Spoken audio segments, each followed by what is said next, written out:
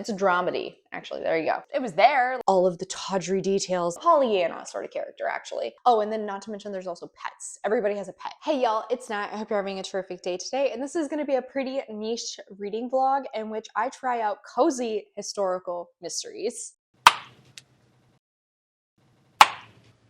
Alright, so before you get into anything bookish, make sure to hit like and subscribe down below, as well as tell me in the comments. Do you like cozy mysteries if they're in a historical setting? Does that help you? Or does it hurt you? I know what you're thinking. Nat, why are you doing this video? You don't like cozy mysteries. I have come to the realization. I know.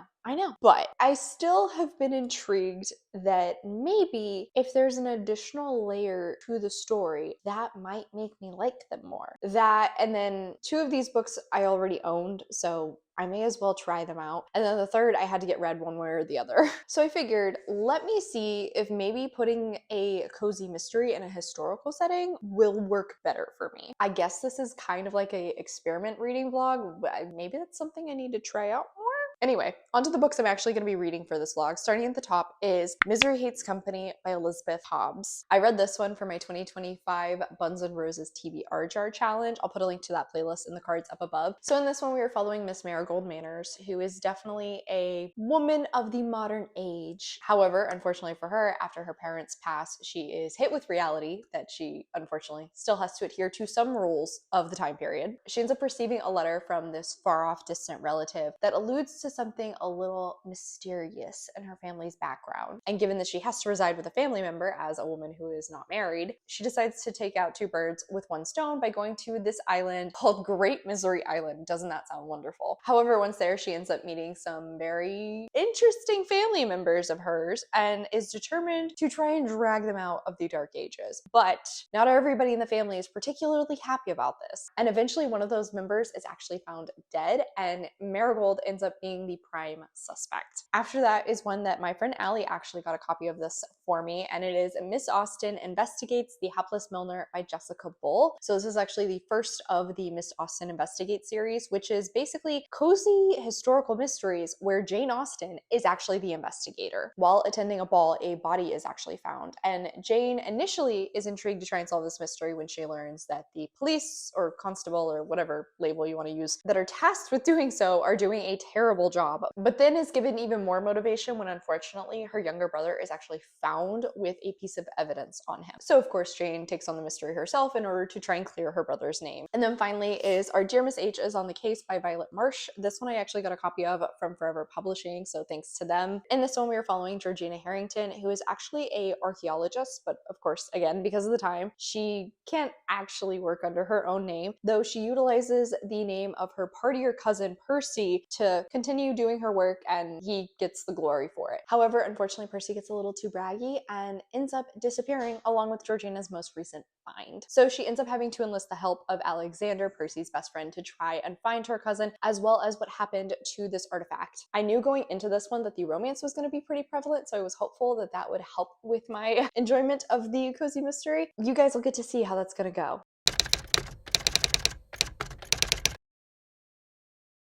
Hey y'all, so I have hit, I'm just shy of 40% into Misery Hates Company, and I'm intrigued enough with this to keep reading, but I'm not super sold on it thus far. And I think it's because it seems like a stretch to call this a mystery. There's not really any solving happening. It's more like a comedic family drama. It's a dramedy, actually. There you go. It's fun. Like, I enjoy Marigold. She's got a lot of gumption, but at the same time, she's one of those characters where it's like she's good at everything. She gets along well with everyone, even the family members who initially do not like her. She is starting to endear herself to them. She's kind of a Mary Sue, a Pollyanna sort of character, actually. I just recently hit a point where we have what I'm imagining maybe a love interest character being presented. We saw a little bit of Marigold interacting with this guy Cab whenever she was still in Boston, and like her friend very much ships them together, but Marigold doesn't think anything's gonna come of it. She has other things to focus on right now with the whole family situation she's in the middle of. So I don't know why I'm still holding this up. Now she has gone to town and Cab is also there. I don't know, it kind of felt like a stretch to insert him into the story further, but at the same time, like his cousin has a connection to one of her family members, and so I'm wondering if like that's going to be elaborated on.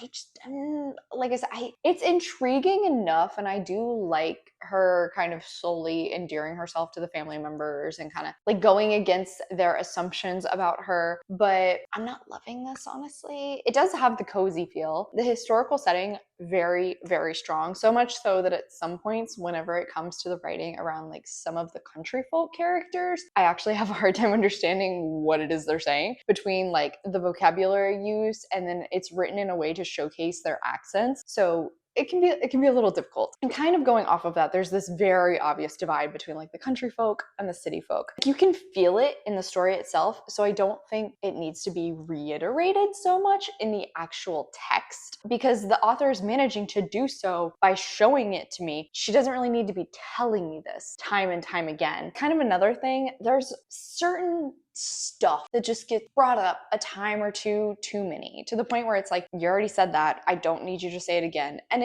it's always stuff that seems kind of inconsequential, to the point where like I'm starting to wonder, should I be taking note of that stuff, and is it going to tie into like this mystery thing that's happening? I think the setting being a historical is like different enough for me that it's more engaging as opposed to like regular cozy mystery, but I'm still not super loving it. Hey y'all, so I've officially finished out Misery Hates Company, and overall I would say this was enjoyable, but I do think it feels a little bit like a stretch calling this a mystery, because I feel like the aspect of the plot that really warranted the label of mystery didn't come into play until like 70% in. I mean, there is the whole secret as to what is this great wrong Marigold's mother's cousin referenced in her letter, that for some reason she's now being very secretive and hiding. There is an actual mystery. It just, again, doesn't really take place until like 70% in. Once that happened though, I actually was really engaged. I was really interested in what was going on in the story. I think Hobbs did a solid job of like laying the groundwork for this mystery beforehand, because there were so many different suspects. There were so many different avenues to look at when it came to who wanted this person out of the picture, and also why. Like everybody, it seemed, had a motive for this situation. Plus there's like so many elements that went into this person no longer being alive. So they have 3 different possible ways this person is no longer living, and then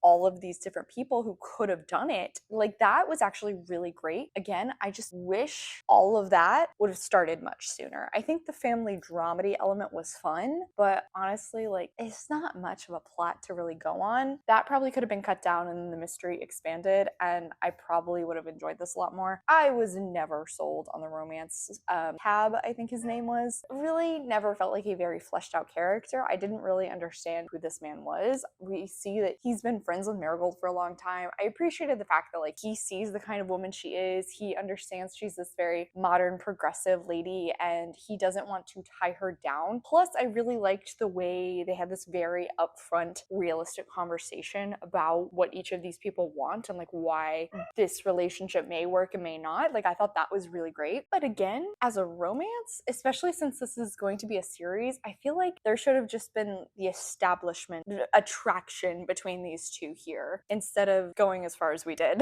In the end, honestly, this was cute, but not a new favorite for me or anything. It came out to like a 3-star. It just sort of felt like this book didn't quite know what it wanted to be, so it tried to be everything. And I think if it had kind of been cut down and maybe only a few of those genres mixed into the story, I might have liked it more. I think this book definitely has an audience that would really love it. That's just not me in this case.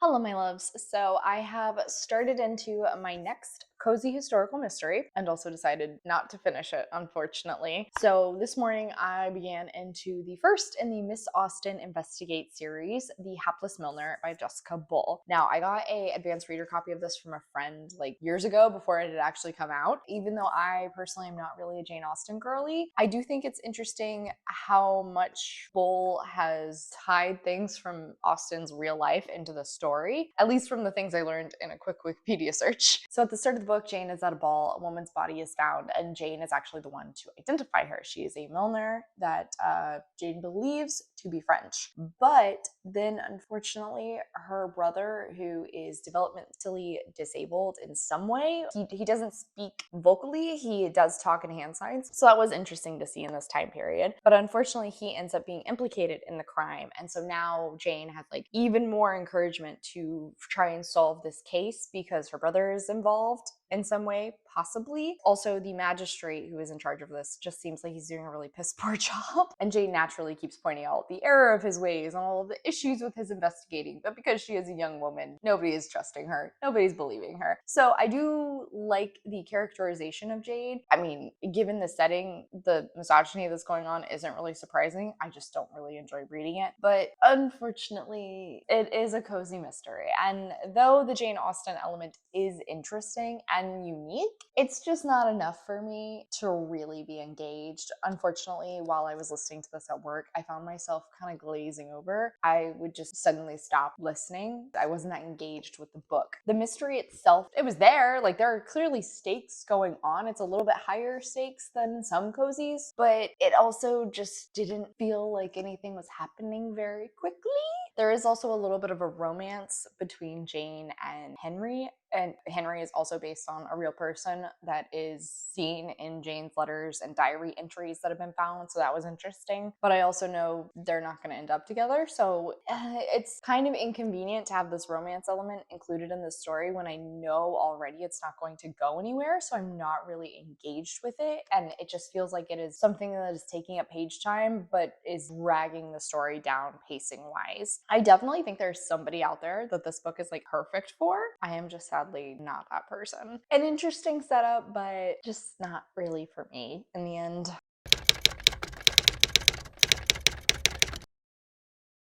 Hello, my loves. So I have started into our final book for this video. Our Dear Miss H is on the Case by Violet Marsh. And I finally continue. I started this like months ago and I'm finally continuing it and have actually made decent progress. And I will say this is definitely very heavy on the romance element. This is certainly a combination of genres, cozy, historical, mystery with a romance, but like romance is pretty prominent. The mystery is there. I don't think there's actually been any progress for like the last 40-ish pages that I've read. It's also very clear to me this is a sequel in a series. I believe the love interest, Alexander's sister, was probably the main character in the prior book if I'd had to guess, because like there's so many references to her relationship with her husband Matthew, all of the tawdry details that took place because of this relationship, and how like the guy she was betrothed to was actually like a really terrible person and yada yada yada yada yada. And so the events from that book are definitely coloring how Alexander leads his life and how his parents are trying to lead his life as well. It's one of those where it's not necessarily needed to read the first book in the series, but I think I probably would be enjoying these callbacks more if I had read the first book in the series. That said though, as far as this one is going, I do really like Georgina as a main character. She's got a lot of spunk, she's got a lot of gumption, she got a good head on her shoulders. That said, unfortunately, just because of being a woman and the fact that I'm pretty sure she's like half siblings with her brother, and her brother is the one who inherited like all of the money from their father, and he's the one who actually has like, I don't know if he has a title necessarily, but he's like more involved in the ton of England. So he is really pushing for Georgina to be married off, and unfortunately she doesn't want that. She just wants to be able to live her life and do her digs and continue moving forward with possibly eventually down the line actually being able to publish her work under her own name. Whereas on the opposite side with Alexander, he is also like trying to be pawned off from his parents to somebody, especially after all of the drama from the first book, as I said, but he is wanting to marry somebody who also has a slightly tarnished reputation. And so I will say the like setup of the relationship that starts to develop between the two main characters there, so fun, so entertaining, but I don't really get like why Georgina is so mistrusting of Alexander. It's kind of set up in that like because of especially men like her brother, she inherently just like does not trust men of the ton, and then because she finds out that like they're actually supposed to be intended, she like even more doesn't trust him. But those moments feel very unwarranted because he repeatedly showcases to her through all of the actions he does that he is trying to protect her, he is trying to do what's in her best interest, what she wants. So it does feel a little like it's reaching to cause a drama between the two of them, especially since there is this mystery angle. I feel like I don't get why that's really being played out when you could just put more of an emphasis on the mystery. There is also a fun animal companion here. They end up saving a chicken from a cockfight, and Alexander basically starts to this is so inconsequential to the story, it doesn't matter, it's really not spoilery, but he starts to take the chicken around and is trying to convince his parents that it's like this new thing to have a pet chicken and it's very in vogue. He goes from trying to convince his parents to trying to convince Georgina's brother and her sister-in-law. And then Alexander's sister and her friend get in on this as well, and like they go to visit and take some chickens with it. It's ridiculous, but it is really funny. It's just like a small little thing in the plot so far that's really bringing me so much joy. So I am liking this. Again, very much a romance-based story first and foremost. I do wish we were getting a little bit more around the mystery. I am getting more invested. It does feel like the drama around their engagement is kind of starting to peter out, like that's not going to be utilized quite as much. And now, because of certain circumstances, like I don't think Georgina's brother and sister-in-law will be as prevalent either. So I'm really hoping the actual mystery around what happened to her cousin and this find she had will actually get some real page time, and we'll also get to see more of these two awkwardly flirting. And I will say the chemistry definitely there. I really am enjoying that. Alexander is also slightly disabled. He has a club foot, and he unfortunately has undergone numerous surgeries, and given the fact this is like Victorian England, yeah, that's probably just done nothing but worsen it. And I do enjoy how it's being used to further Alexander's character so far. Pretty across the board. This is going fairly well overall, but I think the fact that, again, it is first and foremost a romance, probably helping in comparison to the last two books for this video. Hey y'all, so I officially finished out our Dear Miss H is on the Case. Okay, so this one's definitely more heavy on the romance than the mystery, but that being said, I do feel like the mystery is actually pretty solid in this. There were some good twists that actually did surprise me a little bit. The ending is kind of out there, honestly, but I also feel like it sort of works with the whole setup of this world being a little bit out there, especially since it's a historical series. That said, I do feel like you can tell this is trying to mix two genres, because I wasn't super taken away with either of them. While I do think they were both relatively well done, this isn't like knocked it out of the park when it comes to the romance or the mystery. I did really enjoy the emotional intimacy that there is between Georgina and Alexander, the real connection that forms there, the way they start to take on elements from one another's personalities. I thought that was really great. This does get a little steamy at some parts, but I do wish the author would have taken the jump into spice happening, especially given the fact that there's this whole, it's not a marriage of convenience setup, but like it's very similar. And then also, like I mentioned in my prior updates, you can definitely tell this is in the middle of a series because there's so many references and names of people I think I was supposed to know from the first book, and then there's introductions to a few characters here that I